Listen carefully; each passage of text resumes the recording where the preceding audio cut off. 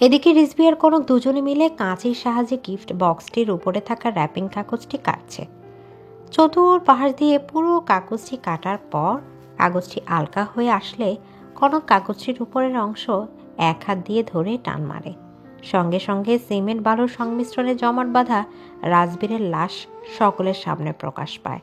রাজবীরের গলা থেকে উপরের অংশটুকুর ভয়াবহ বিভৎস অবস্থা দেখা মাত্র কামিনী ভয়ে আ বলে উচ্চ স্বরে চিৎকার করে সেখানেই মেঝের উপর সেন্সলেস হয়ে পড়ে যায়। তরুণীমা চোখ মুখ খিচে বন্ধ করে কুশলের এক হাত জড়িয়ে ধরে ওর বুকের এক পাশে মুখ লুকায়। সাবরিনা মুখের উপর এক হাত রেখে পেছনের দিকে দু কদম পিছিয়ে যায়।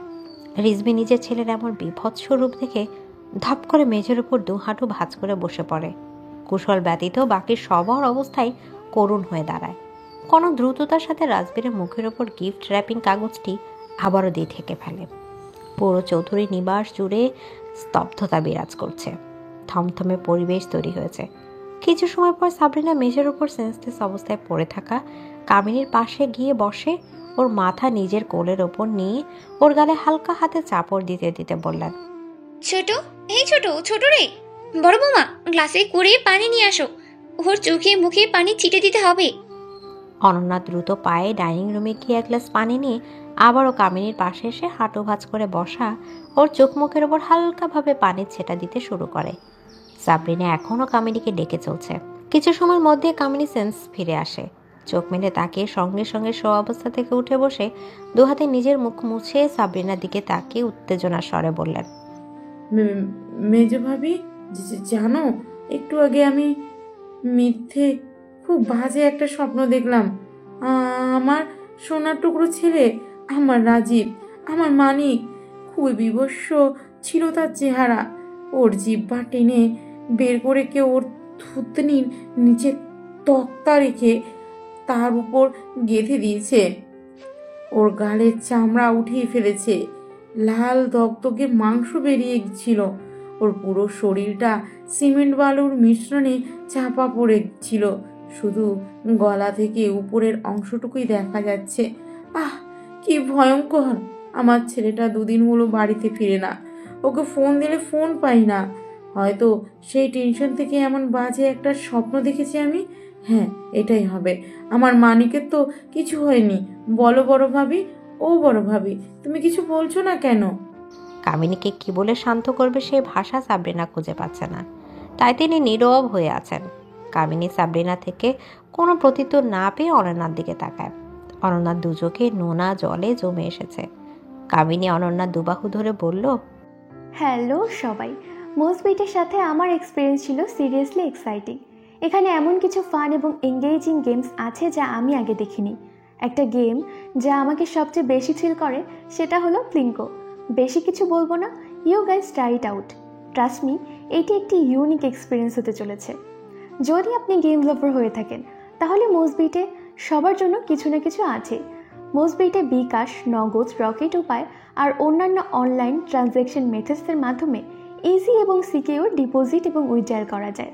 আর তাদের কাস্টমার সাপোর্ট দিনে 24 ঘন্টা, সপ্তাহে 7 দিন available to help you out. আপনি ইভেন লাইভ স্ট্রিম করতে পারবেন আপনার favourite matches right from the platform. আমার প্রোমো কোড PROK8 ইউজ করে রেজিস্টার করুন এবং প্ল্যাটফর্মের অ্যামেজিং ফিচার্স এক্সপ্লোর করুন। Don't miss out. এ কি বৌমা, তোমার চোখে পানি কেন? কি হয়েছে? দেখো না, তোমার শাশুড়িকে কখন থেকে একটা কথা বলে যাচ্ছি যে আমার মানিক ঠিক আছে, আমি বাজে স্বপ্ন দেখেছি, কিন্তু আমার কথায় তিনি সাই দিচ্ছেন না। কেমন পাথরের ন্যায় বসে আছে। বৌমা, তুমি বলো তো আমি সত্যি বলছি কি না? বলছি তো সত্যি। অনন্যা দুহাতে কামিনীকে শক্তভাবে জড়িয়ে ধরে। নিজের চোখের সামনে নিজের সন্তানের বিভৎস লাশ দেখার পর কোনো মায়েরই স্বাভাবিক থাকার কথা না। অনন্যাও দু চোখ দিয়ে নোনা জল ফেলে বলল, চাচি নিজেকে সামলাও, এভাবে ভেঙে পড়ো না। কামিনী ধাক্কা দিয়ে অনন্যার কাছে থেকে নিজেকে ছাড়িয়ে নিয়ে রাগে স্বরে বলল, এই মেয়ে, কিসব বলছো তুমি? কি আমি নিজেকে সামলাতে যাব? আমার ছেলের যেখানে কিছু হয়নি সেখানে আমি ভেঙেই বা পড়তে যাব কেন? উল্টো পাল্টো কথা একদম বলবে না বলে দিলাম। সাগরিকা চৌধুরী অন্য পাশে দাঁড়িয়ে নীরবে চোখের পানি ফেলছেন। সে সময় কামিনীর চোখ আবারও সেদিকে যায় যেখানে রাজবীরের স্তম্ভটি রাখে, যার উপর র্যাপিং কাগজটা আলগাভাবে দেয়া। কামিনী চেঁচিয়ে বলল, এই এইটা এখানে কেন রাখা? এটা তো আমি স্বপ্নে দেখেছিলাম, এর ভিতরে আমার মানিক ছিল। ওটা তো স্বপ্ন ছিল, এখন তো বাস্তবে আছি। তাহলে এটা এখানে কি করছে? কি রাখা আছে এর ভিতর? সাবরিনা এবার আর নীরব না থেকে কামিনী দুকাঁধে ধরে বলল, ছোট, পাগলামি করিস না। সত্য যত কঠিন আর তিতুই হোক না কেন কেন তা আমাদের সবারকেই মেনে নিতে হবে। একজন মা হিসেবে নিজের চোখের সামনে নিজের সন্তানের বিভৎস অবস্থার লাশ দেখা সহজ কিছুই নয়, আমি জানি, কিন্তু এটা তোকে মেনে নিতে হবে। তোর ছেলে রাজবীর আর আমাদের মাঝে নেই ছোট, নেই সে আমাদের মাঝে। সাবরিনার কথায় কামিনী অত্যন্ত রেগে যায়। কাঁধের উপর থেকে সাবরিনার হাত সরিয়ে সজোরে তার বাম গালে একটা থাপ্পড় বসিয়ে দেয়।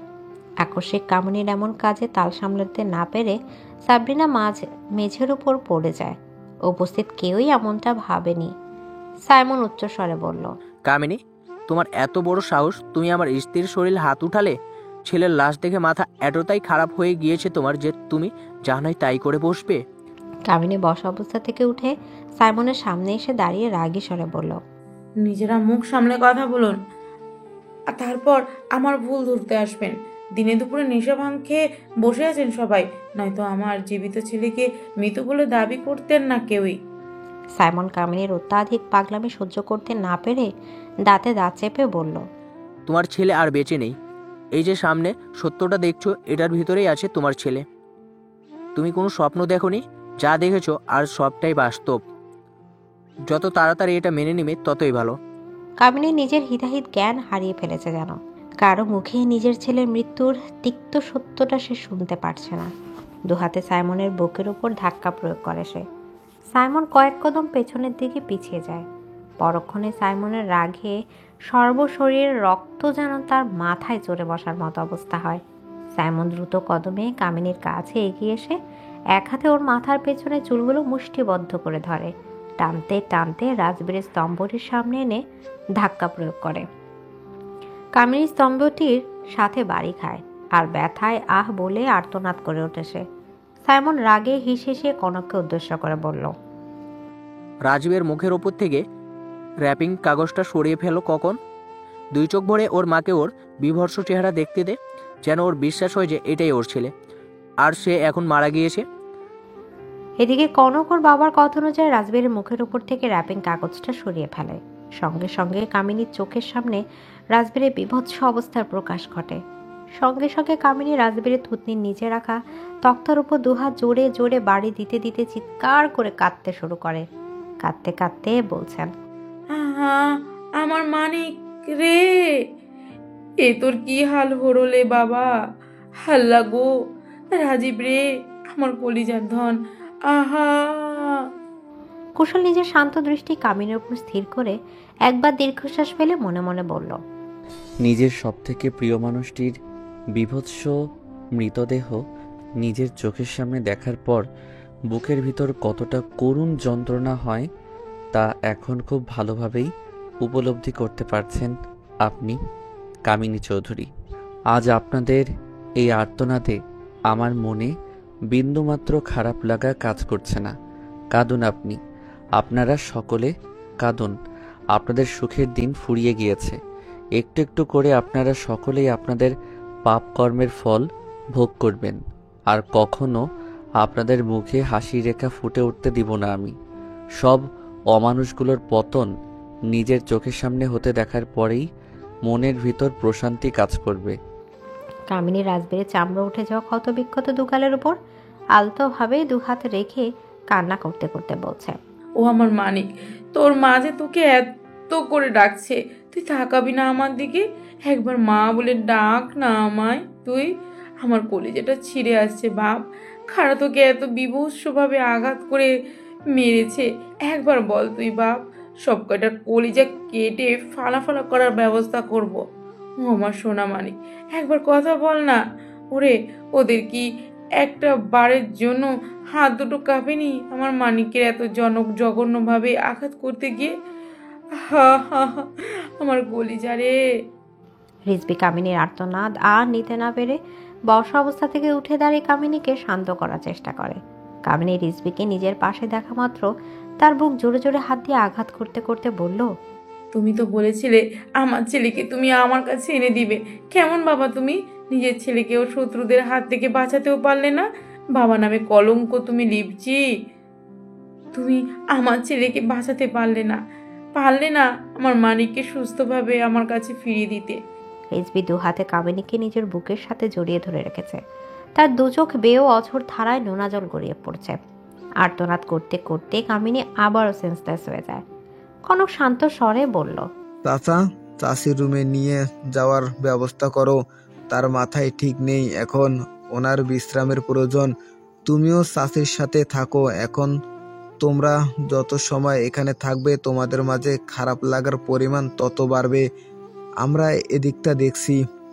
রিজবি আরেকজন মহিলা সার্ভেন্টের সহায়তায় কামিনীকে নিয়ে নিজেদের রুমের দিকে অগ্রসর হতে শুরু করে। কনক সাইমনকে উদ্দেশ্য করে আবারও বলল, বাবা, আমাদের পুলিশকে ইনফর্ম করা উচিত। রাজবীরের এমন অবস্থার পিছনে যারা দায়ী তারা তো এভাবে পার পেয়ে যেতে পারে না। চৌধুরী মেনশনে আজ পর্যন্ত কোনো সমস্যার অভিযোগ নিয়ে পুলিশ আসেনি, আর ভবিষ্যতেও আসবে না। রাজীবের কৃতকর্ম সম্পর্কে কম বেশি আমি অনেক কিছুই জানি। আজ ওর এই হালের জন্য ও নিজেই দায়ী, সেটাও আমি শিওর হয়ে বলতে পারি। এসব নিয়ে এত ঘাটাঘাটি করে চৌধুরী পরিবারের সম্মান ধুলোর সাথে মিশিয়ে দিতে পারি না আমরা।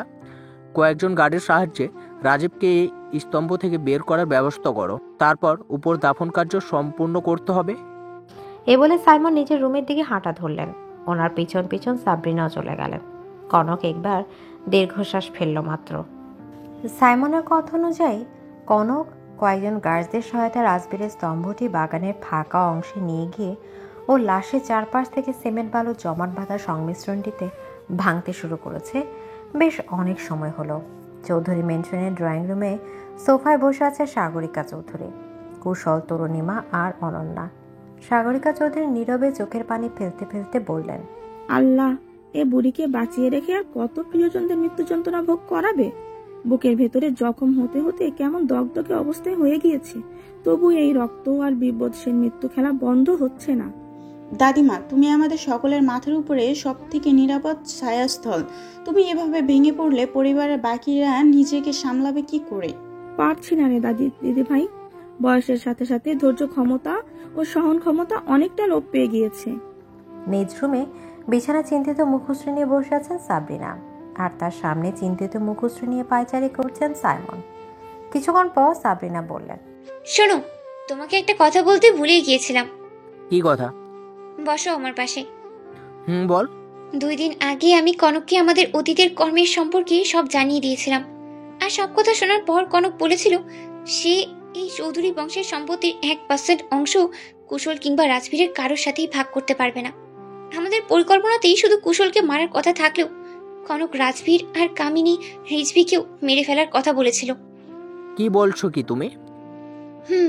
আমার তো এখন সন্দেহ হচ্ছে কনক নিজেই রাজবীরকে মেরে ফেললো না তো। এত বিভৎস মৃত্যু কাউকে দেওয়া কি কোনো সুস্থ মস্তিষ্কের মানুষের কাজ হতে পারে বলো? আর তাই এই বিষয়ে আমাদের কনকের সাথে আলোচনা করা জরুরি হয়ে দাঁড়িয়েছে। রাজীবের দাফন কার্য শেষ হোক, তারপর এই নিয়ে আলোচনা করবো ওর সাথে। এখন মুখ বন্ধ রাখো, এই নিয়ে আর কোনো কথা নয়। সাবরিনা মাথা নাড়িয়ে হ্যাঁ সূচক জবাব দেয়। বেখেয়াল বশত রুমের দরজা ওরা লাগাতে ভুলে গিয়েছিল। পরক্ষণে ওদের কথোপকথন শেষ হয়েছে বুঝে ওদের দরজার সামনে একজন ছায়া মানব দ্রুততার সাথে সরে যায়। কনক বাড়ির ভেতরে প্রবেশ করে ড্রয়িং প্লেসে এসে সোফায় বসে দীর্ঘশ্বাস ফেলে বলল, মুখের আর কি বিভৎস অবস্থা ছিল রাজবীরের। সিমেন্ট বালুর জমাট বাঁধা সংমিশ্রণের ওই সন্তুষ্টি পুরোপুরি ভাঙার পর ওর শরীরটা যখন বের করলো গ্যাডসরা, তা দেখার পর আমার শরীরের প্রতিটি লোমকূপ দাঁড়িয়ে গিয়েছিল। কোনো সাধারণ মানুষ কি করে কাউকে এতটা যন্ত্রণা দিয়ে দিয়ে মারতে পারে আমার জানা নেই। হয়তো রাজবীর ভাইকে যে মেরেছে তার ওনার প্রতি প্রচুর রাগ বা ঘৃণা জন্মেছিল। হয়তো। অনন্যা, শোনো, তুমি বাবা মায়ের কাছে যাও আর আমি চাচা চাচির কাছে যাচ্ছি। তাদের রাজবীরকে শেষবারের মতো দেখে নিই। ওর শরীরের অবস্থা খুবই বাজে হয়ে গিয়েছে ইতিমধ্যে, তাই যত দ্রুত সম্ভব ওর দাফন কাফন কার্য সম্পূর্ণ করতে হবে। অতঃপর অনন্যা আর কনক দুজনেই স্থান ত্যাগ করে। সন্ধ্যার পূর্বে চৌধুরী পরিবারের পারিবারিক কবরস্থানে রাজবীরের দাফন কার্য সম্পন্ন করা হয়। ছেলের অকালে মৃত্যুর কারণে রিজভী আর কামিনীর মানসিক অবস্থা ভালো না হওয়ায় যা তারা নিজ কক্ষে অবস্থান করছেন। ড্রয়িং রুমে সোফায় কনক, অনন্যা, কুশল আর তরুণীমা বসেছিলেন। সেই সময় সাবরিনা সেখানে এসে শান্ত স্বরে কনককে উদ্দেশ্য করে বললেন, কনক বাবা, আমার সাথে একটু আমাদের রুমে চল, তোর বাবা তোকে ডাকছেন। ব্যবসার কি যেন বিষয় নিয়ে জরুরি আলোচনা করার আছে নাকি তার। অনন্যা, তুমি রুমে যাও, এখন সারাদিন অনেক ধকল গিয়েছে তোমার উপর। অতঃপর সাবরিনা আর কনক চলে স্থান ত্যাগ করতেই অনন্যা ওর রুমের উদ্দেশ্যে হাঁটা ধরে। ড্রয়িং রুমে এখন শুধু কুশল আর তরুণীমা বসেছিল। সেই সময় একজন কম বয়সী পুরুষ সার্ভেন্ট কুশলের পাশে এসে দাঁড়িয়ে শান্ত স্বরে বলল, স্যার, আপনার সাথে জরুরি কথা বলার ছিল। কুশল সোফা ছেড়ে উঠে দাঁড়িয়ে গুটিয়ে রাখা পাঞ্জাবির দুহাতা নামিয়ে দিতে দিতে বলল, একটু পর 2 কাপ চা নিয়ে রুমে এসো আমার। তরুণীমা, তুমিও রুমে চলো। এই বলে কুশল আর তরুণীমা সিঁড়ি বেয়ে উপরে চলে যায় আর সার্ভেন্টটি রান্নাঘরে চলে যায় চা বানানোর উদ্দেশ্যে। সাবরিনা আর কনক সাইমনদের রুমে প্রবেশ করতেই সাবরিনা ভেতর থেকে রুমের দরজা বন্ধ করে দেয়। অতঃপর কনকের হাত ধরে বিছানার কাছে নিয়ে এসে বসতে বলে নিজেও ওর পাশে এসে বসে পড়ে। সাইমন শান্ত স্বরে বললেন, করণ, তোমার মা তোমাকে সব সত্যি জানিয়ে দিয়েছে শুনলাম। কনক এক পলক সাবরিনার দিকে তাকিয়ে পরপরই সাইমনের উপর দৃষ্টি স্থির করে বলল, আর তুমি তোমার মাকে এটাও বলেছি যে কুশলকে আমাদের রাস্তা থেকে চিরতরের জন্য সরিয়ে ফেলার পর রাজীবকে আর কামিনীকে, রিজভীকেও মেরে ফেলার পদক্ষেপ গ্রহণ করবে। বলেছিলাম তো, কিন্তু হঠাৎ এসব প্রশ্ন কেন করছো তুমি বাবা? মা তো বললো তুমি ব্যবসার বিষয়ের কথা বলতে ডেকেছো আমায়। তো কি ওদের সামনেই বলতাম যে আমরা তোর সাথে এসব বিষয় নিয়ে কথা বলতে চাই? হুট করে রাজীবের মৃত্যুর বিষয়টা তোমার মা আর আমাকে ভাবিয়ে তুলেছে, তাই আমরা তোমার সাথে এই বিষয়ে কথা বলতে চাইছিলাম। কোথাও তুমি রাজীবকে মেরে ফেলোনি তো কখনো? যদি তেমন কিছু করো তাহলে আমাদের কাছে সত্যিটা স্বীকার করো, আমরা বিষয়টাকে অন্যভাবে তুলে ধরতে পারবো কামিনী আর রিজভীর সামনে। কনক ঝট করে বিছানা ছেড়ে নেমে দাঁড়িয়ে অত্যন্ত অবাক হয়ে কিছুটা উচ্চস্বরে বলল, হোয়াট? কি বলছো কি তুমি বাবা? তোমার কোনো আইডিয়া আছে কত বড় সন্দেহ করছো তোমার আমার উপর? সাবরিনার সঙ্গে সঙ্গে কনকের হাত ধরে টেনে আবারও নিজের পাশে বসে ধীর স্বরে বলল, কি করছিস তুই বাবা? এত জোরে কথা বললে বাইরে থেকে যে কেউ শুনে নিতে পারে। আমরা তো তোকে ডিরেক্টলি বলছি না যে তুই রাজীবকে খুন করেছিস, আমরা শুধু তোকে প্রশ্ন করেছি। যদি এমনটা করে থাকিস তাহলে বিষয়টাকে অন্যভাবে ম্যানেজ করে নিতে হবে আমাদের, নয়তো কামিনী আর রাজীব আমাদের সন্দেহ করে তোর বড় কোনো ক্ষতি করে দিতেও 2 বার ভাববে না। ওদের তো এখন মানসিক অবস্থা ভালো না, তাই ওরা যা খুশি করে দিতে পারে, কোনো ভরসা নেই। মা, আমি এমন করার কথা বলেছিলাম ঠিকই, কিন্তু এত বড় একটা কাজ করার আগেই আমি তোমাদের সাথে একটাবার কথা বলবো না, এটা কি হয় বলো? তার মানে তুই রাজীবকে মারিসনি? তাহলে এত নৃশংসভাবে রাজীবকে মারলো কে? সে কি শুধু রাজীবেরই একমাত্র শত্রু, নাকি আমাদের সবার? বড্ড চিন্তার বিষয় তো এটা দেখছি। চিন্তা করে করে এখন মাথা খারাপ করা যাবে না, বুঝছো? সবসময় সাবধানে থাকতে হবে। আর হ্যাঁ, রিজভী আর কামিনীকেও এখন হালকাভাবে নেওয়া যাবে না, বিশেষ করে কনক। বাবা, তুই সাবধানতা বজায় রেখে চলাচল করিস, কেমন? বাবা, মা, তোমরা এত দুশ্চিন্তা করো না তো। যে কাজ আমরা করিনি সে কাজের জন্য ভয় পেয়ে ঘরে বসে থাকাও কোনো মানে নেই। আমি এখন আসছি। আচ্ছা ঠিক আছে। অতঃপর কনক ওর বাবা মায়ের রুম থেকে বেরিয়ে যায়। সাইমন কনকে যাওয়ার পানে তাকিয়ে কেবল একবার দীর্ঘশ্বাস ফেললেন। নিজ রুমে বিছানায় বসে আছে তরুণীমা।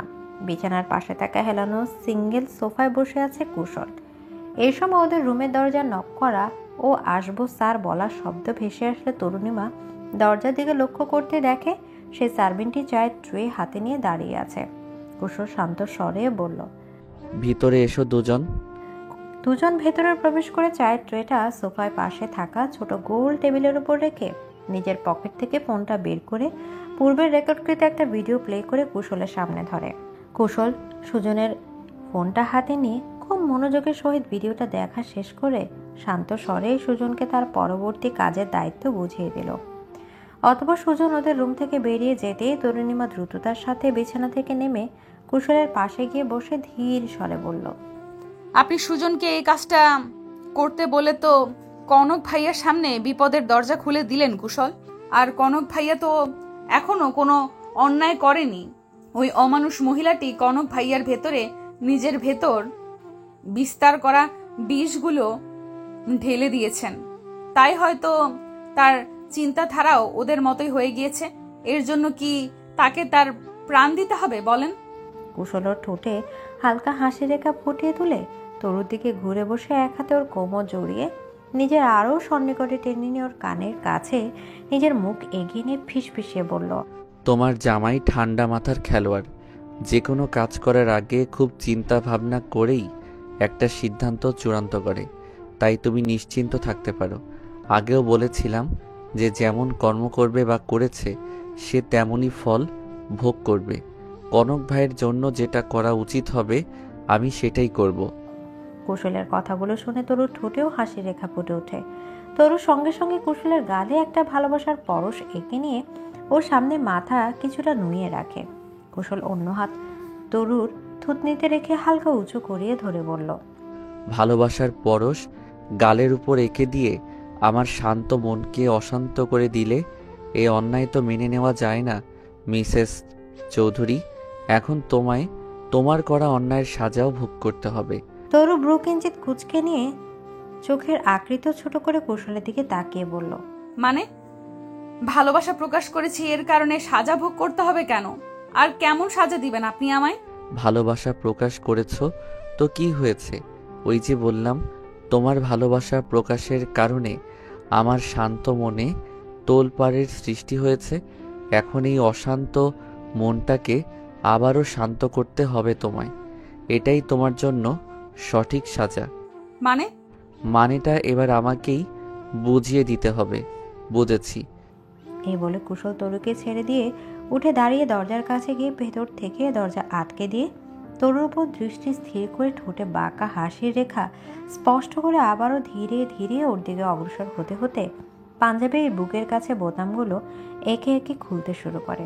কুশলের এমন কাজে তরুর আর বোঝার বাকি থাকে না এত সময় ধরে কুশলকে কোন সাজা দেওয়ার কথা বলছিল। তরু একবার ঢোক গিলে দ্রুততার সাথে বসা অবস্থা থেকে উঠে দাঁড়িয়ে বিছানার অন্য পার যেতে নিলে কুশল তরুর হাত ধরে হ্যাঁচকা টান মেরে নিজের বুকের ওপর এনে ফেলে। তরু ভয়ে লজ্জায় চোখ মুখ খিচে বন্ধ করে ফেলে। কুশল ধীর স্বরে বলে, সাজা ভোগ না করেই কোথায় পালিয়ে যেতে চাইছেন বিবি সাহেবা? দেখুন। কুশল তরুর মুখের কাছে নিজের মুখ আরো কিছুটা এগিয়ে নিয়ে বলল, দেখব তো, একটু পর সব দেখব, খুব ভালোভাবেই দেখব। কি বলো? এই বলে কুশল একবার চোখ টিপ দেয়। কুশলের মুখে এমন লাগাম ছাড়া কথা শুনে তরু লজ্জায় মাটি ফাঁকা করে। তার ভেতরে ঢুকে যেতে ইচ্ছা হয়। কুশল তরুকে এভাবে লজ্জা পেতে দেখে কুশল ঠোঁটে ঠোঁট চেপে নিঃশব্দে হাসতে শুরু করে। এদিকে রাজবেরির মৃত্যুর পর কেটে গেছে 4 দিন। এখনো চৌধুরী নিবাস জুড়ে থমথমে ভাব বিরাজ করছে। কামিনী আর রিজভির জন্য নিজেদের একমাত্র ছেলের অকাল মৃত্যুর শোক কাটিয়ে ওঠা এত সহজ বিষয় নয়। এজন্য চৌধুরী পরিবারের বাকি সদস্যরা তাদের নিজেদের মতো করে সামলে ওঠার সুযোগ করে দিয়ে নিজেরা আগের মতো নিজ নিজ জীবন ও কর্ম নিয়ে ব্যস্ত হয়ে পড়েছে। রিজভি আর কামিনী নিজ ঘরে বিছানার পাশাপাশি বসে আছেন। সে সময় সুজনের চায়ের ট্রে হাতে নিয়ে ওদের রুমের দরজার সামনে দাঁড়িয়ে দরজা নক করে ভেতরে আসার অনুমতি চাইলে রিজভি কিছুটা বিরক্ত নিয়ে বললেন, এই ভর দুপুরবেলা কেউ চা নিয়ে আসে নাকি? আর তোমাকে তো এর আগেও কখনো দেখিনি। স্যার, আমি 5 দিন হলো নতুন যোগদান করেছি সার্ভেন্ট হিসেবে। চা খাবো না আমরা, নিয়ে যাও তুমি। সুজন মাথা নাড়িয়ে আচ্ছা সুযোগ জবাব দিয়ে চলে যেতে নিলে কামিনী ডাকে থেমে যায় সে। কামিনী শান্ত স্বরে বললেন, নিয়ে যেও না, এনেছো যখন দিয়ে যাও, মাথাটা ধরেছে, চা খেলে উপকার হবে হয়তো। সুজন নিজের ঠোঁটে স্মিত হাসি ফুটিয়ে রুমের ভেতরে ওদের বিছানার পাশে এসে দাঁড়িয়ে চায়ের কাপ দুটো ওদের দুজনের দিকে এগিয়ে দিতে দিতে ধীর স্বরে বললেন, স্যার, ম্যাম, আপনাদের মানসিক অবস্থা ভালো না, এটা আমি জানি, কিন্তু আপনাদের জীবনের নিরাপত্তার কথা চিন্তা করে একটা অজানা সত্য আপনাদের জানতে চাইছি। গত 4 দিন ধরে। আর এখন চা নিয়ে আপনাদের রুমে আসা সত্যটা জানানোর জন্যই একটা বাহানা ছিল মাত্র। সুজনের এরূপ কথায় কামিনী রিজভি দুজনেই অনেক অবাক হয়। কামিনী অবাক স্বরে বললেন, কি বলছো কি তুমি? আমাদের জীবনে আবার কিসের ঝুঁকি এসেছে? আর কোন অজানা সত্যের কথাই বা বলছো তুমি? হ্যাঁ ম্যাম, আস্তে কথা বলুন, দেওয়ালেরও কান আছে। এ কথা কিন্তু মিথ্যে নয়। আসল কথা বলো তুমি।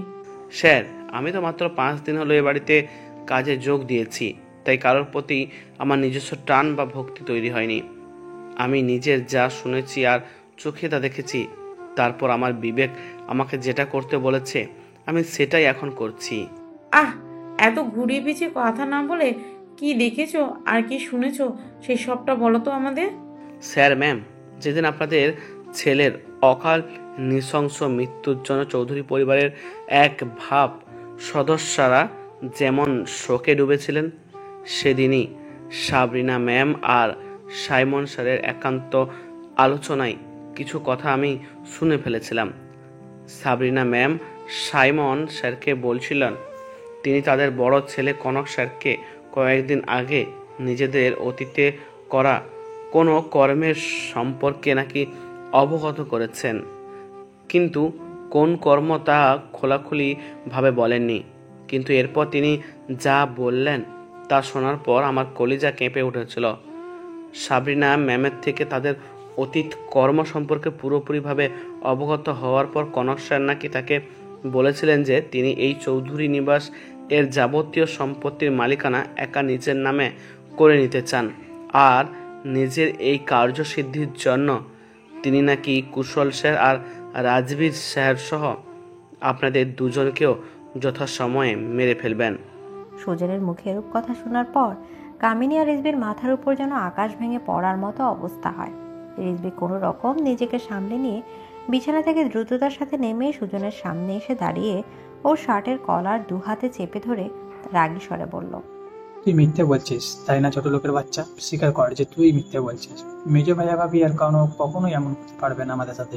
নিশ্চয়ই আমাদের মাঝে ফাটল ধরাতে আমাদের কোনো শত্রুই তোকে এই বাড়িতে পাঠিয়েছে। বল। আমি কোনো মিথ্যে কথা বলছি না স্যার। আমি জানতাম আপনারা আমার মুখের কথা বিশ্বাস করবেন না, তাই আমি আপনাদের জন্য প্রমাণ নিয়ে এসেছি। সেটা দেখলেই আপনারা খুব ভালোভাবে বুঝতে পারবেন যে কে আপনাদের আসল শত্রু আর কেই বা আপনার প্রকৃত বন্ধু। ওকে ছেড়ে দাও রিপজি, আমাদের ওর কাছে থাকা প্রমাণটা থেকে যাচাই করা উচিত পুরো বিষয়টা। অতঃপর রিজবি সুজনকে ছেড়ে দিয়ে লম্বা স্বরে একবার নিঃশ্বাস ফেলে বিছানায় আবারও বসতে বসতে বললেন, বেশ, দেখি কি প্রমাণ আছে তোর কাছে। কিসের জোরে তুই এত বড় কথাগুলো বললি? সুজন ওর পকেট থেকে নিজের ফোনটা বের করে সেখানে আগে থেকে রেকর্ড করা রাজবীরের মৃত্যুর দিন সাইমন আর সাবরিনার মাঝের কথোপকথনের ভিডিও প্লে করে রিজবি আর কামিনীকে দেখার সুযোগ করে দেয়। পুরো ভিডিও খুব ভালোভাবে দেখার পর ওদের দুজনেরই চেহারার ধরন চেঞ্জ হয়ে যায়। সুজন কিছুটা ভীত হওয়ার চিন্তিত ভাব নিয়ে নিজের চেহারা ফুটিয়ে বলল, স্যার ম্যাম, নিজের জীবনের পরোয়া না করে আপনাদের জীবনের কথা ভেবে আজ এত বড় সত্য আপনাদের সামনে তুলে ধরলাম। আপনারা এরপর যদি কোনো পদক্ষেপ গ্রহণ করেন তো দয়া করে এই গরিবের বাচ্চার নাম উঠাবেন না। আমি কখনো কিছু শুনিনি, দেখিনি, এমন ভাব নিয়েই এ বাড়িতে বাকি সার্ভেন্টদের মতো কাজ করে যাব। আমি এখন আসি স্যার। কোনো কাজের জন্য প্রয়োজন মনে হলে এক বাক্যে স্মরণ করেন আমাকে, আমি হাজির হব আপনাদের সামনে। এ বলে সুজন জেনে চলে যেতে নেবে সেই সময় রিজবি থমথমে স্বরে বলল, ভিডিওটা তোমার ফোন থেকে আমার ফোনে শেয়ার করে দাও, তারপর তোমার অ্যাকাউন্ট থেকে ভিডিও ডিলিট করে দাও। আচ্ছা স্যার। এই বলে সুজন ওর থেকে রিজবির ফোনে ভিডিওটা শেয়ার করে দিয়ে নিজের ফোন থেকে ডিলিট করে দিয়ে ফোন নিয়ে স্থান ত্যাগ করে। রিজবি কামিনীর মুখের দিকে লক্ষ্য করতেও চেহারা ফুটে ওঠা চরম রাগ ও ক্ষোভের ছাপ স্পষ্ট ফুটে থাকতে দেখা যায়। রিজবি বললেন, শত্রু যে মিত্র হয়, এই চরম মিথ্যাটা কথাটা যে বলেছে তার মতো চরম বোকাই পৃথিবীতে আর দ্বিতীয়ত কেউ নেই। আর তার এই কথার জন্য আমরা আমাদের শত্রুকে বিশ্বাস করে তার সাথে মিত্রতা সম্পর্ক তৈরি করেছি। প্রায় 2 যুগ হলো বছর বজায় রেখে আসছি। আর আজ জানতে পারলাম সেই মিত্রটাই আমার পিছনে আমাকে মেরে ফেলার কূটনীতি পরিকল্পনা পর্যন্ত করে ফেলেছে। কামিনী নিজের রাগকে আর দমিয়ে রাখতে না পেরে রিজবির দিকে এগিয়ে হিসিয়ে বললেন, পরিকল্পনা তৈরি করে ফেলেছে। ওরা ওদের পরিকল্পনা অনুযায়ী এক ভাগ কাজ সম্পূর্ণ করেছে। আমাদের ছেলে যে আমাদের মাঝে নেই সেটা কি তুমি এত তাড়াতাড়ি ভুলে গিয়েছো? তুমি কি সন্দেহ করেছো যে আমার ছেলের মৃত্যুর পিছনে ওদের হাত আছে? এখানে সন্দেহ করার কোনো প্রশ্নই আসেনি। আমি পুরোপুরি শিওর যে আমাদের ছেলেকে ওরাই পরিকল্পনা করে মেরেছে।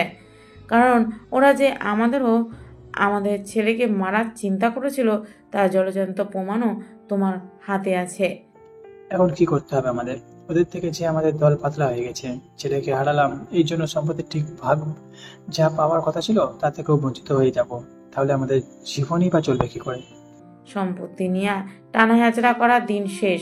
এখন থেকে শুরু হবে প্রতিশোধের নতুন খেলা।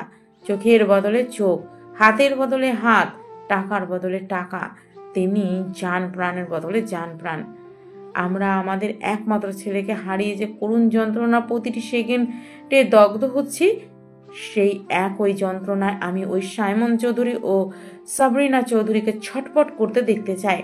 যেমন বিভৎসভাবে ওরা আমাদের ছেলেকে মেরেছে, তার থেকে বিভৎসভাবে ওদের ছেলেকে আমরা মারব। এতটাই বিভৎস অবস্থা করব যে নিজের ছেলেকে ওরা চিনতেও পারবে না। চোখের সামনে যখন ওরা নিজের ছেলের অমন বিভৎস লাশ দেখে যন্ত্রণায় ছটফট করবে, তখন আমাদের প্রতিশোধের খেলাও সম্পূর্ণ হবে। কনককে মারার কথা বলেছো তুমি কামিনী? তাছাড়া আর কার কথা বলবো? ও নিজেই তো প্রথমে আমাদের ছেলেকে মারার কথা ওর মাকে জানিয়েছে। তাই ওরই প্রাপ্য এই যন্ত্রণাদায়ক বিভৎস মৃত্যু। কিন্তু ওদের আড়ালে এই কাজ করবে কি করে আমরা? যদি ওরা সন্দেহ করে তখন? আমাদের আগে এর মতো স্বাভাবিক থাকতে হবে। ওদের সামনে যা কাজ করার গোপনে গোপনেই করতে হবে, আর তা খুব শীঘ্রই। কিভাবে? অতঃপর কামিনী রিজভিকে ওর করা পরিকল্পনা বুঝিয়ে দেয়। রিজভি বললেন, আজ তোমার চিন্তাধারা দেখে তোমার ভিতর 20 বছরের আগের সেই ধুরন্ধর কামিনীর রূপ দেখতে পাচ্ছি আমি, যা সত্যি প্রশংসা পাওয়ার যোগ্য। রিজভির কথা শুনে কামিনী বাঁকা হাসল। এদিকে কামিনী আর রিজভির পরিকল্পনা সম্পূর্ণ কথোপকথন ওদের রুমের বাইরে দরজায় দাঁড়িয়ে সুজন সম্পূর্ণ শুনে। সেই সময় রিজভিকে দরজার দিকে অগ্রসর হতে দেখে সুজন দ্রুততার সাথে সেখান থেকে সরে ড্রয়িং প্লেসে আসতেই কনকের সাথে সজোরে ধাক্কা খায়। অতঃপর সুজন তান সামলাতে না পেরে মেঝের উপর পড়ে যায়, আর কনক কয়েক কদম পেছনের দিকে পিছিয়ে যায়। পরক্ষণে কনক অত্যন্ত রাগ আর বিরক্ত নিয়ে বলল, ছোট লোকের বাচ্চা, চোখ কি বউয়ের আসলের নিচে রেখে এখানে কাজ করতে এসেছিস নাকি যে চলার সময় সামনের দিকে খেয়াল করিস না, ধাক্কা মেরে দিস? সুজন দ্রুততার সাথে মেঝে থেকে উঠে কনকের সামনে মাথা নত করে দাঁড়িয়ে অনুনয় স্বরে বলল, স্যার, আমার অনেক বড় ভুল হয়ে গেছে। আমি ক্ষমা চাইছি আমার ভুলের জন্য। আমায় মাফ করে দিন স্যার, আর কখনো এমন ভুল হবে না। ভুল? কিসের ভুল? হ্যাঁ, তোরা ছোট লোকের বাচ্চারা গ্রাম থেকে শহরে আসিস কাজের জন্য, আর কাজ পাওয়া মাত্রই তোরা দায় সারা হয়ে পড়িস। নিজেদের কাজ তো সঠিকভাবে সম্পূর্ণ করিস না, আবার যাদের টাকায় পেট চালাস তাদের শারীরিকভাবে আঘাতও করিস। তোকে এখনই কাজ থেকে বহিষ্কার করে দেওয়ার ব্যবস্থা করছি আমি। এই বলে কনক সমস্ত সার্ভেন্টদের দায়িত্ব থাকা প্রধান সার্ভেন্ট কেরামত আলীকে ডাকতে শুরু করে। কেরামত, এই কেরামত, কোথায় গিয়ে মরেছিস রে কেরামত? কনকের উচ্চস্বরে ডাকার মধ্য বয়সের কেরামত তার জন্য বরাদ্দ করা রুম থেকে দ্রুত পায়ে বেরিয়ে ড্রয়িং প্লেসে কনকের সামনে এসে দাঁড়ায়। কনকের এমন চেঁচামেচিতে দোতলায় নিজেদের রুম থেকে কুশল আর তরুণীমাও বেরিয়ে এসে রেলিং ধরে দাঁড়িয়ে নিচে ওদের উপর প্রশ্নসূচক দৃষ্টি নিক্ষেপ করে। কনক রাগী স্বরে কেরামতকে উদ্দেশ্য করে বলল, এক ডাকে আসতে পারিস না? এত ডাকতে হয় কেন? তুই নিজেই এত দায়িত্বজ্ঞানহীন এর মতো থাকিস, তোর দায়িত্বের সব সার্ভেন্টরা থাকায় তারা তো আরো বেশি দায়িত্বজ্ঞানহীনের মতো চলাচল করবেই। এটা অস্বাভাবিক কিছু নয়। স্যার, মাত্র খাইতে বসছিলাম, আপনি ডাকছেন শুনতে পাচ্ছি। পর তাড়াহুড়ো তো এভাবেই খাবারের প্লেটে হাত ধুয়ে চলে এসেছি। হাত ধুইতেই যে একটু সময় দেরি হয়ে গেছে আসতে। আমি ক্ষমা চাইছি আমার ভুলের জন্য স্যার। এই ছোট লোকের বাচ্চা, চাকর নিজের বউয়ের আঁচলের নিচে চোখ রেখে চলাচল করে মালিকের শরীরে আঘাত করে, তো আরেক ছোট লোকের বাচ্চা বড় চাকর নিজের খাওয়া নিয়ে এত ব্যস্ত থাকে যে তাকে কয়েকবার ডাকার পর নিজের সামনে আনা যায়। আমি আমার বাড়িতে এমন দায়িত্বজ্ঞানহীন চাকরদের আর 1 সেকেন্ডের জন্য সহ্য করব না। তুই আর তোর এই সার্ভেন্ট নিজের ব্যাগপত্র গুছিয়ে নিয়ে বেরিয়ে যাবি এই মুহূর্তে চৌধুরী মিশন থেকে। আর কখনো তোদের এই মুখ আমি দেখতে চাই না। কনকের এরূপ কথা শুনে কেরামত দ্রুততার সাথে কনকের পায়ের কাছে বসে অনুনয় স্বরে বলল, স্যার, আমাদের কাছ থেকে বের করে দেবেন না দয়া করে। আমরা যে গরিব অসহায় মানুষ, আমাদের এই কাজ থেকে হওয়া আয় দিয়েই বউ বাচ্চাদের মুখে খাবার তুলে দিতে হয়। স্যার, আমি কথা দিচ্ছি আজকে করা এই ভুল আর কখনো হবে না।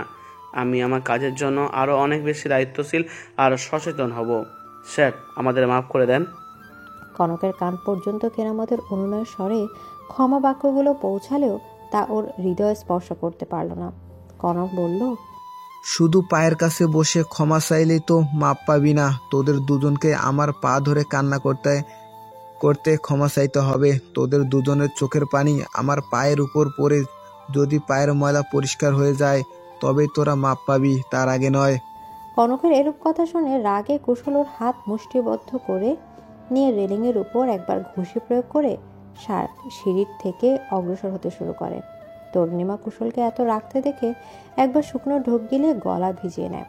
কেরামত সুজনের দিকে তাকিয়ে বলল, ওখানে দাঁড়িয়ে আছিস কেন? এদিকে আয়। স্যারের পা ধরে ক্ষমা চা। কাজ বাঁচানোর ইচ্ছে নাই নাকি তোর? কেরামতের এরূপ কথা শুনে সুজন ও কনকের দিকে অগ্রসর হতে নিলে সেই সময় ওদের পেছনে কুশল সিঁড়ি বেয়ে নিচে নামতে নামতে বলল, সুজন, ওখানেই দাঁড়িয়ে যাও। আর কেরামত চাচা, আপনি উঠে দাঁড়ান। পা ধরে ক্ষমা চাওয়ার মতো বড় ভুল না আপনি করেছেন আর না সুজন করেছে। বড় ভুল না করলে কি কনব স্যার আমাদের দুজনকে কাজ থেকে বহিষ্কার করতে চাইতেন? ছোট বাবা, আমরা গরিব ছোট লোক, কর্মচারী মানুষ।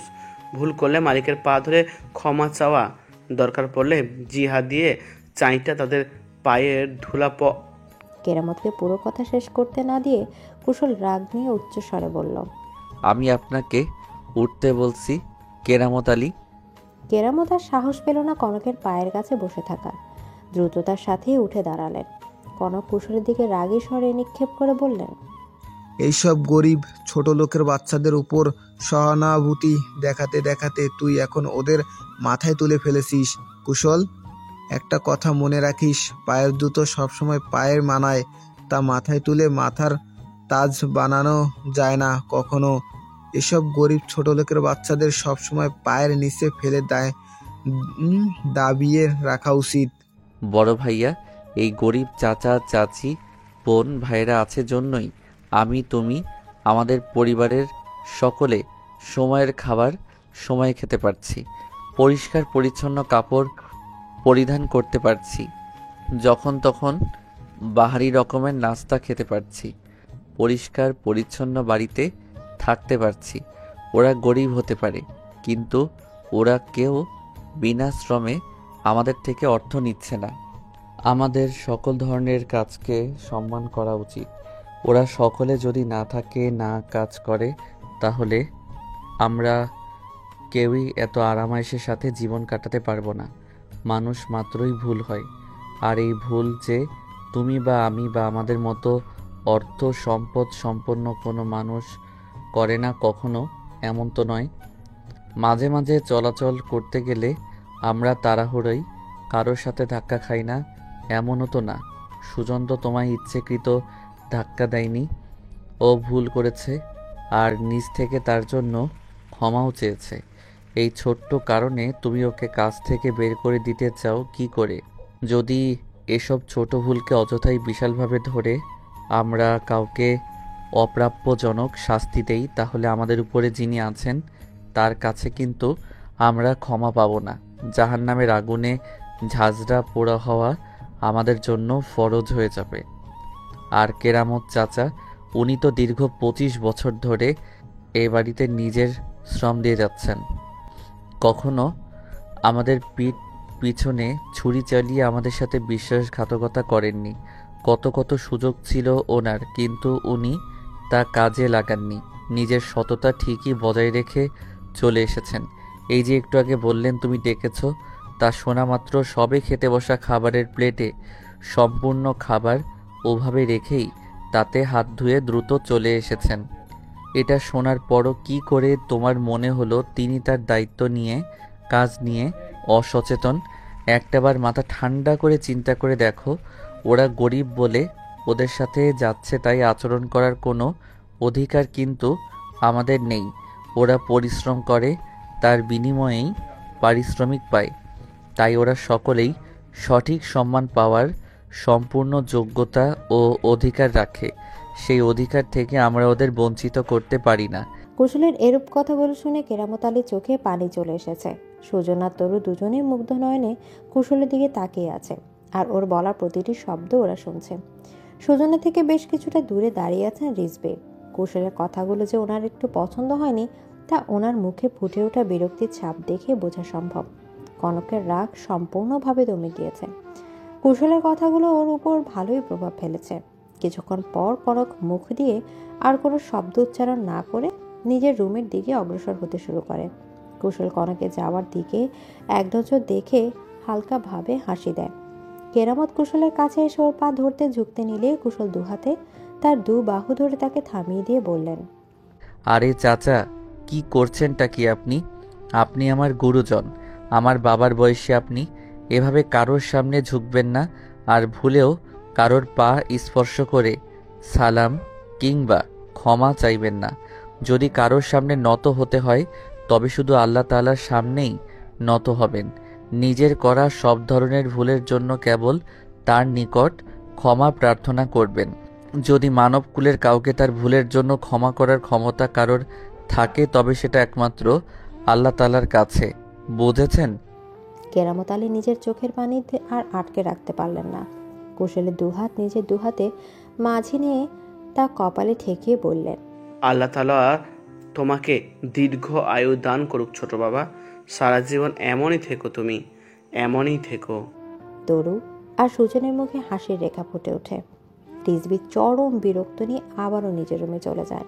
কনক ড্রয়িং প্লেস থেকে সোজা নিজের রুমে প্রবেশ করে। বিছানায় বসে অন্যান্য ইউটিউবে উলের কাঁটা ও উল দিয়ে কীভাবে ছোট্ট বাচ্চাদের সোয়েটার তৈরি করা যায় তার টিউটোরিয়াল ভিডিও দেখছিল। সেই সময় কনককে রুমে প্রবেশ করতে দেখে অনন্যা হাসি মুখে সে সম্পর্কে ওকে কিছু বলতে নিবে, কিন্তু কনক অনন্যাকে সেই সুযোগ না দিয়ে দ্রুততার সাথে ওয়াশরুমে প্রবেশ করে বেসিন সামনে দাঁড়িয়ে চোখে মুখে পানির ছিটা দিয়ে বেসিনের দুপাশে দুহাত রেখে আয়নায় পড়া নিজের প্রতিচ্ছবির উপর দৃষ্টি স্থির করে। কনকের কানে এখনও কুশলের বলা প্রতিটা শব্দ বাজছে। কনক জুড়ে জুড়ে নিঃশ্বাস ফেলতে শুরু করে। ওর প্রতিচ্ছবি যেন দু ধরনের রূপ ধারণ করেছে ওর সামনে। একজনকে চিৎকার করে বলছে, দিল তো একেবারে মুখের ওপর ঝামাটা ঘষে। অতিরিক্ত অহংকার ও ক্ষমতার দাপট দেখাতে দিয়ে গিয়েছিলে। নিজের থেকে কম ক্ষমতা সম্পন্ন ব্যক্তিদের উপর তার জন্য একদম মুখ বন্ধ করে ফেলার মতো জবাব দিয়ে দিয়েছে তার ছোট ভাই। নিজের ছোট ভাইয়ের কথাগুলো ভালো প্রভাব ফেলা নিজের মনের ওপর, কারণ অহংকার যে করে তার পতনও নিশ্চিত হয়। অহংকার বর্জন করো। পৃথিবীর সব শ্রেণীর মানুষকে তাদের প্রাপ্য সম্মান দাও। সব সময় সম্মান দিলে সম্মান পাবি, ছোট হবি না। আর অপরজন ঠিক তার বিপরীত সুরে কথা বলছে। কনক পরক্ষণেই দুহাত নিজের মাথার দুপাশ ধরে বলে। সেই সময় যে কাঁধের ওপর কারো হাত পড়তে কনক চমকে ওঠে, পেছন ফিরে দাঁড়ায়। অনন্যাও কনকের এমন কাজে কিছুটা ভয় পেল। পরক্ষণে নিজেকে সামলে নিয়ে বলল, কনক, কি হয়েছে তোমার? এত অস্থির লাগছে কেন তোমায়? কোনো সমস্যা হয়েছে? আর এভাবে হাত মুখ ভিজিয়ে দাঁড়িয়ে আছো কেন? শীত পড়ে গিয়েছে, ঠান্ডা লেগে যাবে তো। কি যে করো না তুমি, নিজের প্রতি একটু যত্নশীল হও। এ বলে অনন্যা কনকের হাতের বাম পাশে হ্যাঙ্গারে থাকা টাওয়ালটা হাতে নিয়ে কনকের মুখ ও হাতে লেগে থাকা পানিগুলো খুব যত্ন সহকারে মুছে দেয়। অতঃপর টাওয়ালটা পূর্বে স্থানে রেখে কনকের হাত ধরে ওকে নিয়ে ওয়াশরুমের বাইরে বেরিয়ে বিছানার কাছে এসে মুখোমুখি হয়ে বসে পড়ে। কনক এখনো শান্ত ও স্তব্ধ হয়ে আছে। অনন্যা কনকের হাতের উপর হাত রেখে আবারও বলল, কি হয়েছে তোমার কনক? তোমাকে এমন উদাসীনী বা দেখাচ্ছে কেন? আমাকে সবটা শেয়ার করো। কনকের এমন কথা শুনে অনন্যা একবার আলতোভাবে ঢোক গিলে নিয়ে নিজেকে স্বাভাবিক রেখেই কনকের একটা হাত নিজের শাড়ির নিচে উন্মুক্ত অনেকটা ফুলে ওঠা পেটের উপর রেখে বলল, এই যে এখানে একটা নিষ্পাপ প্রাণ একটু একটু বেড়ে উঠেছে, সে তো আমাদের দুজনের ভালোবাসার চিহ্ন। বলো, আমাদের দুজনকে রেখে কোথায় যাবে তুমি? আমাদের একলা করে চলে যাওয়ার কোনো অধিকার তোমার নেই। এই নিষ্পাপ প্রাণটা অস্তিত্ব যেমন আমি একা তৈরি করিনি, তাই ওকে এই পৃথিবীতে নিয়ে আসার যোগ্য মানুষ হিসেবে তৈরি করার দায়িত্ব তোমার। এত বড় দায়িত্ব থেকে মুখ ফিরিয়ে চলে যেতে তো পারবে না তুমি কোথাও, বুঝলে মহাশয়? অনন্যার বলা কথা শেষ হতে না হতেই পেটের ভেতর থাকা ছোট্ট প্রাণটি নড়ে ওঠে, যা অনন্যার সাথে কনক অনুভব করতে পারে এই প্রথম। কনক হাসি মুখে বলল, এই ও কি মারলো তাই না? আমি অনুভব করলাম ও কি মেরেছে। অনন্যা হাসি মুখে মাথা উপর নিচ নাড়িয়ে হ্যাঁ সূচক জবাব দিয়ে বলল, ও জানান দিল যে ও ওর বাবাকে অনেক ভালোবাসে। ওকে আর ওর মাকে ছেড়ে ওর বাবা যেন কখনো কোথাও চলে না যায়, সব সময় সব পরিস্থিতিতে ওদের পাশে যেন ওর বাবা থাকে, এটাও চায়। অনন্যা এরূপ কথা শুনে কনক হাসি মুখে অনন্যাকে জড়িয়ে ধরে বলল, আমি তোমাদের ছেড়ে কখনো কোথাও যাব না। কনক পুরো কথা শেষ করার পূর্বে ওর ফোন বেজে ওঠে। কনক অনন্যাকে ছেড়ে দিয়ে বিছানা থেকে নেমে প্যান্টের পকেট থেকে ফোনটা বের করতে দেখে একটা আননোন নাম্বার থেকে কল এসেছে। কনক ভ্রু কিঞ্চিত কুঁচকে নিয়ে কলটা রিসিভ করতেই ওপাশ থেকে কোনো পুরুষের মোটা কণ্ঠস্বরে বলা কথাগুলো ভেসে আসে। কনক স্যার, আমি আপনাদের নারায়ণগঞ্জের সাইডের নতুন খোলা কেমিক্যাল তৈরির ফ্যাক্টরির একজন সহকর্মী বলছিলাম। স্যার, অনেক বড় সর্বনাশ হয়ে গিয়েছে। স্যার, কয়েকদিন ধরেই গরম পানির লাইন বন্ধ করার সুইচটা কাজ করতে ঝামেলা করছিল। এভাবে চালাচ্ছিলাম, কিন্তু আজ আর কাজ করছে না। আমরা গরম পানির লাইনটা কোনোভাবেই বন্ধ করতে পারছি না। আর এই পানির লাইন ঘন্টাখানেকের ভিতর বন্ধ করতে না পারলে এটা সরাসরি কেমিক্যালের সাথে মিশে যেতে শুরু করবে। দ্রুত কোনো ব্যবস্থা না গ্রহণ করলে কেমিক্যালগুলো তখন অনেক উত্তপ্ত হয়ে ট্যাঙ্কি ফেটে যাবে।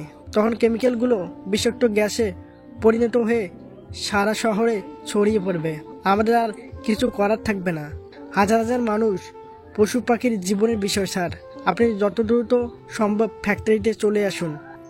হোয়াট, কি বলছেনটা কি আপনি? এত বড় একটা কাণ্ড ঘটেছে আর আপনারা আমাকে এত লেটে যে সম্পর্ক অবগত করেছেন। আমি এখনই আসছি ফ্যাক্টরিতে। ফ্যাক্টরির মেইন কর্মচারীর ব্যতীত বাকি যারা আছেন সবাইকে ফ্যাক্টরি থেকে বের করে নিজ নিজ বাড়িতে পাঠিয়ে দেওয়ার ব্যবস্থা করুন দ্রুত। এই বলে কনক কল কেটে দেয়।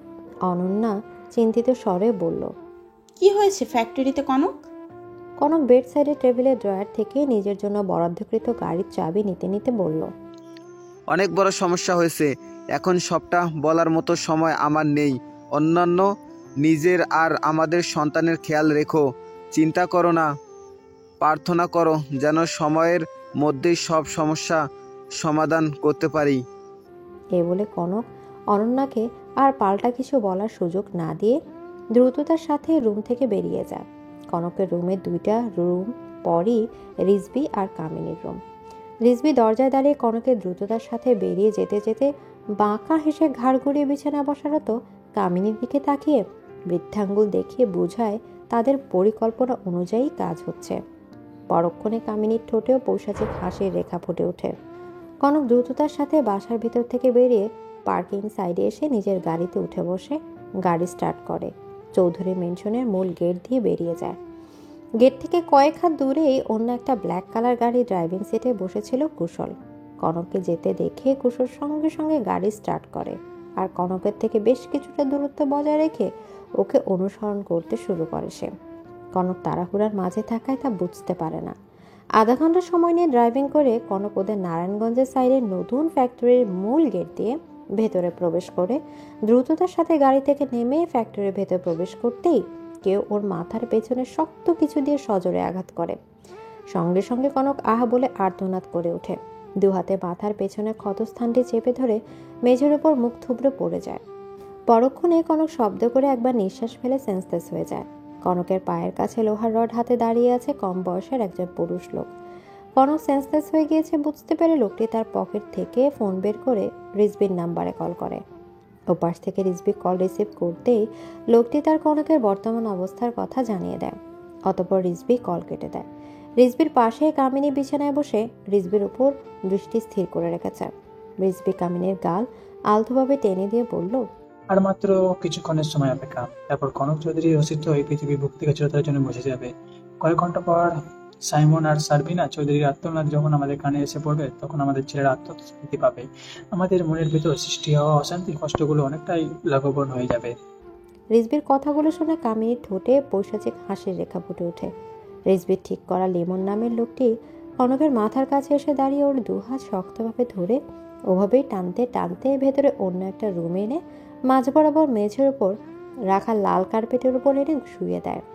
এরপর রুমের এক পাশের কর্নার থেকে কেরোসিন, পেট্রোল আর বারুদের গুঁড়োর 3টি ট্যাঙ্কি নিয়ে আবারও কনকের পায়ের কাছে দাঁড়িয়ে পড়ে। অতঃপর কনকের পুরো শরীরের উপর রিজবি ঠিক করা লিমন নামের লোকটি কনকের মাথার কাছে এসে দাঁড়িয়ে ওর দুহাত শক্তভাবে ধরে ওভাবে টানতে টানতে ভেতরে অন্য একটা রুমে এনে মাঝ বরাবর মেঝের উপর রাখা লাল কার্পেটের উপর এনে শুয়ে দেয়। এরপর রুমের এক পাশে কর্নার থেকে কেরোসিন, পেট্রোল আর বারুদের গুঁড়ার 3টি ট্যাঙ্কি নিয়ে আবারও কনকের পায়ের কাছে দাঁড়িয়ে পড়ে। অতঃপর কনকের পুরো শরীরের উপর ওর আর চারপাশে লাল কার্পেটের উপর একে একে কেরোসিন, পেট্রোল ও বারুদের গুঁড়া দিয়ে দেয়। এরপর কনকের পায়ের কাছ থেকে সোজাভাবে কেরোসিন, পেট্রোল ও বারুদের গুঁড়া একে একে দরজার বাহির পর্যন্ত নিয়ে আসে। অতঃপর লিমন পুরো বিষয়টা নিজের ফোনে ভিডিও রেকর্ড করে রুমটির দরজা বাহির থেকে লাগিয়ে দিয়ে ভিডিওটি রিজবির ফোনে সেভ করে। কিছু সময় পর রিজবি রিপ্লাই আসে, আগুন ধরিয়ে দাও, জীবন্ত অবস্থায় জ্বলে পুড়ে ছাক হয়ে যাবে। ওর লাশ দেখে যেন ভয়ে সবার শরীরে লোম দাঁড়িয়ে যায়। লিমন ওর ফোনটা প্যান্টের পকেটে দিয়ে রেখে শার্টের পকেট থেকে দেশলাই কাঠি বের করে একটা শুকনো কাগজ আগুনে লাগিয়ে দরজার বাহির থাকা বারুদ, কেরোসিন, পেট্রোলের সংমিশ্রণের উপর রেখে দেয়। সঙ্গে সঙ্গে সেখানে আগুন লেগে যায় আর সেই আগুন ধরতে ধরতে দরজার নিচ দিয়ে রুমের ভেতর চলে যায়। লিমন দ্রুততার সাথে ফ্যাক্টরি থেকে বেরিয়ে যায়। এদিকে চৌধুরী ম্যানশনের ড্রয়িং রুমে সোফায় বসে আছে কুশল ব্যতীত চৌধুরী পরিবারের সকল সদস্যরা। সেই সময় ল্যান্ড লাইনের ফোনটি বেজে উঠলে সাইমন উঠে গিয়ে ফোনটা রিসিভ করতেই ওপাশ থেকে একজন পুরুষের অস্থির কণ্ঠে বলা শব্দগুলো ভেসে আসে, হ্যালো হ্যালো, আমি নারায়ণগঞ্জের সাইডের নতুন ফ্যাক্টরি নাইট শিফটের সিকিউরিটি গার্ড কাশেম বলছিলাম। সাইমন স্যার কি আছেন আশেপাশে? ওনাকে অনেক সময় হলো কল করছি, কিন্তু স্যারের কোনো রেসপন্স না পেয়ে বাধ্য হয়ে এখানে কল করলাম। কাশেম বলো কি হয়েছে? স্যার, অনেক বড় একটা দুর্ঘটনা ঘটে গিয়েছে। আমি একটু আগে ডিউটির জন্য ফ্যাক্টরিতে প্রবেশ করতে দেখি ফ্যাক্টরির ভিতর থেকে ধোঁয়া বেরোচ্ছে, আর ফ্যাক্টরির সামনে একটা বিশাল গাড়িও দাঁড় করানো আছে। পরে আমি দ্রুত ফ্যাক্টরির ভিতরে গিয়ে দেখি একটা রুমের ভিতর থেকে দরজা নিচ দিয়ে ধোঁয়া বেরোচ্ছে। দরজা খুলতে দেখি রুমের ভেতরে মাঝ বরাবর মেঝের ওপর কারো আগুনে দগ্ধ হয়ে যাওয়া লাশ পুড়ে আছে। লাশটি এতটাই বিভৎসভাবে পুড়ে গিয়েছে তা দেখে চেনা সম্ভব না। এটা কারো লাশ হতে পারে। তবে এখানে পড়ে থাকা লাশটির থেকে কিছুটা দূরে আমি একটা ওয়ালেট পেয়েছি। ওয়ালেটটি খুলে যা বুঝলাম এটা সম্ভবত কনক স্যারের ওয়ালেট। কাশেমের মুখে শেষ লাইনের কথাটুকু শোনা মাত্র সাইমনের হাত থেকে ফোনটা ধপ করে নিচে পড়ে যায়। আকস্মিক এমন হতে দেখে উপস্থিত বাকিরা বেশ অবাক হয়। সাবরিনা সোফা ছেড়ে উঠে সাইমনের পাশে গিয়ে দাঁড়িয়ে তার কাঁধের উপর হাত রেখে বললেন, কি গো, কি হয়েছে তোমার? শরীর খারাপ লাগছে নাকি? কনক।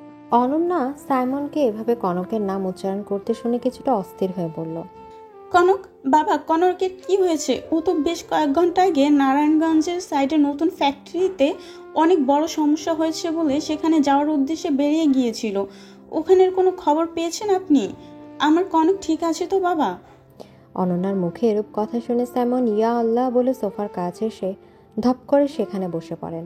শুধু কামিনী আর রিজবি ব্যতীত উপস্থিত সবার ভেতর চিন্তা আর ভয় কাজ করতে শুরু করেছে। অনন্যা এক হাতে ভর দিয়ে উঠে সাইমনের সামনে এসে দাঁড়িয়ে কাঁপান্বিত স্বরে বলল, বাবা দয়া করে চুপ করে থাকবেন না আপনি। শুধু এতটুকু বলুন আমার কনক ঠিক আছে, ওর কোনো বিপদ হয়নি। বোমা, শান্ত হও। এই সময় এত অস্থির ও উত্তেজিত হওয়ার ভালো নয়। বাবুর উপরের বাজের প্রভাব পড়বে। মা, বাবা কেন এভাবে চুপ করে আছেন? তাকে বলতে বলুন না যে কনক ঠিক আছে, ওর কোনো সমস্যা হয়নি। সাবরিনা অনন্যাকে শান্ত করার চেষ্টা করে। কিছুক্ষণ পর সাইমন সোফা ছেড়ে উঠে দাঁড়িয়ে বললেন, আমাকে এক্ষুনি নারায়ণগঞ্জ সাইডের ফ্যাক্টরিতে যেতে হবে। ওখানে না যাওয়া পর্যন্ত, নিজের চোখে না দেখা পর্যন্ত আমি তোমাদের কিছুই বলতে পারবো না। এ বলে সাইমন কাউকে কিছু বলার সুযোগ না দিয়ে দ্রুত পায়ে বাইরে চলে যান। কামিনী ওর কনুই দিয়ে রিজভিকে হালকাভাবে একবার গুঁতো দিতেই রিজভি কামিনী ইশারা বুঝতে পেরে সোফা ছেড়ে উঠে বললেন, মেজো ভাবি, মা বৌমারা তোমরা চিন্তা করো না, আমিও যাচ্ছি মেজো ভাইয়ের সাথে। দোয়া করো যেন বড় কোনো দুর্ঘটনা বা সমস্যা না হয়। এই বলে রিজভিও সাইমনের পেছন পেছন চলে যায়। অনন্যার এখনই নিজেকে দিশেহারা লাগছে। সাবরিনা অনন্যাকে ধরে সোফা এনে বসিয়ে দিয়ে নিজে ওর পাশে বসেন। অনন্য উত্তেজিত স্বরে বললেন, মা, আপনার ছেলের কিছু হয়ে গেলে আমি আর আমার ভিতরে বেড়ে ওঠা এই প্রাণটি যে বেঁচে থাকতেও জিন্দা লাশে পরিণত হয়ে যাব। মা, ওর কিছু হবে না তো বলেন? ও সুস্থভাবে আমাদের কাছে আবার ফিরে আসতে পারবে তো? ও মা, বলেন না। সাবরিনার বুকের ভেতরে যেন অজানা যন্ত্রণারা দলা পেকে পেকে আসছে। তরুণীমা চেহারাতেও চিন্তার ছাপ স্পষ্ট ফুটে উঠেছে। প্রায় আধা ঘন্টার একটু বেশি সময় নিয়ে ড্রাইভিং করার পর রিজভি আর সাইমন গাড়ি নিয়ে নারায়ণগঞ্জের সাইডের ফ্যাক্টরির মূল গেট দিয়ে ভেতরে প্রবেশ করে। এক পাশে গাড়ি থামায়। সাইমন আর রিজভি দ্রুততার সাথে গাড়ি থেকে নামতে ফ্যাক্টরির সামনে দাঁড় করিয়ে রাখা গাড়িটির দিকে তাকায়। সাইমন থমকে আসা স্বরে বললেন, আল্লাহ, আপনি এত নিষ্ঠুর হবেন না, আমার ছেলেটার যেন কোনো ক্ষতি না হয়। রিজভি মনে মনে বললেন, সাইমন যদি নিজের চোখের সামনে নিজের একমাত্র ছেলের দহবিশ্বাস বিস্ত্রী অবস্থা পড়ে থাকা লাশ দেখার পর যখন তুমি আরও অত্যাধিক যন্ত্রণা জটপট করবে, আত্মনাদ করবে, তখন আমার মনের ভেতরে যে কী প্রশান্তি কাজ করবে তা এখন আমার ভাষায় প্রকাশ করতে পারছি না। পরক্ষণে সাইমন ফ্যাক্টরির ভেতরে থেকে অগ্রসর হতে হতে কাশেমের নাম ধরে উচ্চস্বরে ডাকতে শুরু করে। রিজভিও বাঁকা হেসে সাইমনের পেছন পেছন যেতে শুরু করে। সাইমনের ডাক শোনা মাত্র কাশে দ্রুত পায়ে সে কক্ষ থেকে বেরিয়ে ওদের সামনে এসে দাঁড়ায়। সাইমন বললেন, কোন রুমে আগুন লেগেছিল আর ওয়ালেটটা কোথায়? দাও আমায়, নিয়ে চলো ওই রুমে আমাদের। কাশেম ওদের দুজনকে সে কক্ষের কাছে নিয়ে আসে। সাইমনের হৃৎপিণ্ড অনেক দ্রুততার সাথে স্তম্ভিত হচ্ছে। কাশেমন নিজের পকেট থেকে লাশের পাশ থেকে পাওয়া সেই ওয়ালেটটা বের করে সাইমনকে দেয়। সাইমন কাপা হাতে ওয়ালেটটা নেয় ঠিকই, কিন্তু খুলে তা পরীক্ষা করার সাহস না পেয়ে রিজভির হাতে দিয়ে দেয়। সাইমন আর রিজভি দুজনে সেই কক্ষের ভেতরে প্রবেশ করে। দুজনের দৃষ্টি মেঝের ওপর পড়ে থাকা বিভৎসভাবে পুড়ে যাওয়া লাশটির ওপর স্থির হয়। সাইমনের দুচোখ ইতিমধ্যে নোনা জলে ভরপুর হয়ে উঠেছে। পরক্ষণে রিজভির ওর হাতে থাকা ওয়ালেটটা খুলে ভেতরে অনন্যা আর কনকের একটা কাপড় পিক, গাড়ির চাবি, কিছু গার্ডস রাখা দেখে নিজের আনন্দভাবে আপাতত চেপে রেখে মুখের উপর খারাপ লাগার মিথ্যে ছাপ ফুটিয়ে বললেন, মেজো ভাইয়া, এই ওয়ালেটটা যে কনকের, এ নিয়ে কোনো সন্দেহ নেই। মেজো ভাইয়া, নিজেকে সামলাও। সাইমন কাঁপান্বিত পায়ে লাশটির একেবারে কাছে গিয়ে হাঁটু ভাঁজ করে মেঝের উপর বসে পড়ে। লাশটি থেকে এখনো হালকা ধোঁয়া বের হচ্ছে। বিশ্রী পোড়া গন্ধ রিজভির নাকে এসে লাগায় সে নিজের প্যান্টের পকেট থেকে রুমাল বের করে তা দিয়ে আলতোভাবে নিজের নাক মুখ চেপে ধরে রাখে। সাইমন এক দৃষ্টিতে লাশটির দিকে তাকিয়ে আছে। খুবই বাজেভাবে পুড়ে গিয়েছে শরীরের প্রতিটা অংশ। সেই সময় সাইমনের চোখ পড়ে লাশটির গলায় পোড়া রক্ত ও ঝলসানো চামড়া লেগে থাকা একটি চেইনের উপর। চেইনটির সাথে একটি লকেটও রাখা ছিল, যা লাশটির উপর পড়ে আছে। সাইমন কাঁপান্বিত হাতে সেই লকেটটি হাতে নিয়ে তা খুলতেই ভেতরে এক পাশে অনন্যার কনকের কাপল ছবি আর অন্য পাশে নিজেরও সাবরিনার ছবি স্পষ্টভাবে দেখতে পায়। সাইমনের আর বুঝতে বাকি থাকে না এই লাশটি যে তার একমাত্র ছেলে কনকের। কনক, আমার ছেলে, আ আ আ বলে উচ্চস্বরে আর্তনাদ করে ওঠে। সাইমনের আর্তনাদ এই রুমের চারপাশ থাকা প্রতিটি দেয়ালের সাথে যেন বাড়ি খাচ্ছে। রিজভির চোখে মুখে আনন্দ পরিতৃপ্তির ছাপ স্পষ্ট ফুটে ওঠে। কাশেম ওদের থেকে বেশ কিছুটা দূরে ঠায় দাঁড়িয়ে আছে। রিজভি নিজেকে সামনে নিয়ে সাইমনের পাশে এসে হাঁটু ভাঁজ করে বসে মিথ্যে সান্ত্বনা দেওয়ার নাটক করতে করতে বললেন, কনক যে আমাদের মাঝে নেই, এই তিক্ত তত্ত্বটাকে মেনে নিতে হবে তোমায়। কনকের লাশ নিয়ে আমাদের বাড়ি যেতে হবে। মা ভাবি বৌমার এই কঠিন সময় তোমাকে তাদের পাশে থাকতে হবে। তুমি এভাবে ভেঙে পড়লে তাদের সামলাবে কে? সাইমন পেছনে ঘুরে রিজভিকে জড়িয়ে ধরে উচ্চস্বরে কাঁদতে কাঁদতে বললেন, রিজভি ভাই আমার, আল্লাহ আমাদের এই কেমন কঠিন পরীক্ষার ভিতরে ফেললেন। আমাদের কলিজার ধনদের আমাদের থেকে চিরতরের জন্য এভাবে কেন কেড়ে নিচ্ছেন? এই কঠিন যন্ত্রণা যে আমি সহ্য করতে পারছি না রে ভাই। আমার এত সুন্দর রাজকুমারের মতো ছেলেটার এমন বিভৎস অবস্থা কোন জালিম করলো? আমার ছেলেটাকে কি জালিম মেরে বেঁচে থাকা অবস্থায় পুড়িয়েছিল? কতটা করুণ যন্ত্রণা সহ্য করে আমার ছেলেটা এই দুনিয়ার মায়া ত্যাগ করেছে। আমার বুকের ভিতরটা যে ক্ষত বিক্ষত হয়ে আসছে।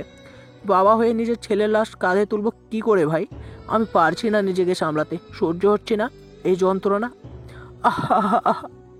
রিজভি মনে মনে কঠিন কণ্ঠে বলল, তোমাদের জন্য আমাকেও আমার একমাত্র ছেলের লাশ কাঁধে তুলতে হয়েছিল, অন্ধকার কবরে দাপন করতে এসে হয়েছিল।